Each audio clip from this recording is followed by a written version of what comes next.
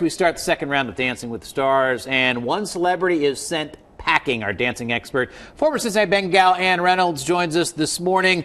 Good morning, Ann. Good morning. Mario Krashevsky is on a little sabbatical, but he'll rejoin us next week. Yes, he will. Who knows what? I don't think we want to know what he's doing, actually. Let's start with Max and Meryl. This was really good, wasn't it? It is. They are just impressive to watch. Second week in a row. They're fun. Of course, keep in mind that she is the Olympic gold medalist ice dancer, and she comes out of the partner dancing, ice dancing. So she's used to being with a partner, and Max and Meryl just have an amazing chemistry. This is a jive dance, and of course, she's not winded whatsoever at the end of this routine. But what also makes it so fun are these lifts and tricks that they're doing to do this so early in the show. Already seeing nines. She had a couple of mistakes. That's the only reason she ended up with a 25 last night, but so much potential. They are going to be ones to watch.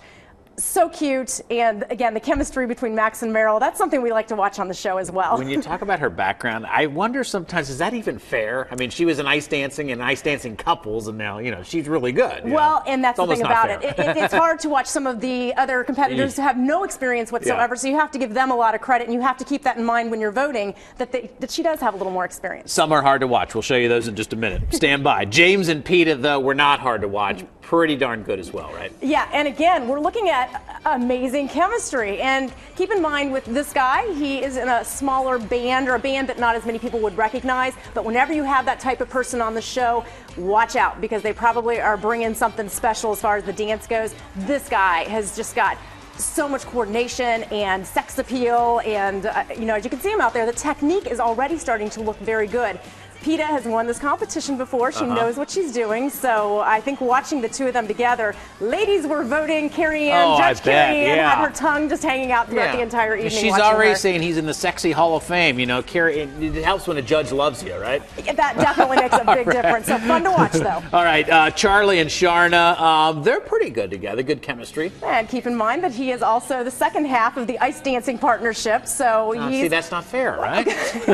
But it is fun to watch when you have this level of dancing, because not only does he have the technique, but he also has that performance ability. I mean, being able to do this tango and bring out the sultriness and the character in it, that's always nice to watch as well. And some of the initial dancers, the rest of them we have, they're still learning. But do keep in mind, Mike, that when someone starts out so strong, a lot of times they don't end up winning the competition, because what do they do from this point? I mean, they're wowing us at the beginning, but we love to watch some of these other contestants. We love to watch them improve, and that's really what this show is all about, too. So he may look great now, but a couple weeks down the line, we may be saying, we're getting a little bored. So. All right, well, that brings us to the losers. HomeDiane Nyad, athlete. Sometimes athletes do good, not the case for her. Well, and they only had 1 week last week, and I think if you think about, she is the swimmer, she's the long distance open water swimmer, and we think of her, she was very, she gets out of the water and we saw her and she's all muscular and she's all sunburned, and I think last week they didn't really turn her into what we have this week, a very elegant looking lady. Last week she still looked kind of rough. This week she only got to dance just to show us, because she already had been eliminated,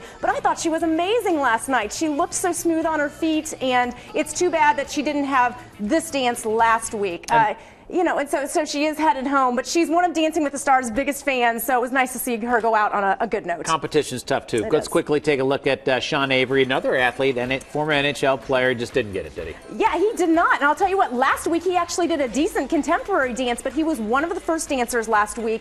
He's known for being kind of rough around the edges and not necessarily the most PC, and I think how many hockey fans are watching the show and dancing, and that's sometimes you get a little bit stuck in that situation. Yeah. So I think he actually would have had a lot of potential. Just too many other great dancers on the show this season. Many hockey fans would not admit to watching the show, but I bet they do. I bet they do. Dancing with the Stars is back next Monday night at 8 o'clock on our sister station, ABC 22. Ann, thanks. Appreciate it. We'll see you then.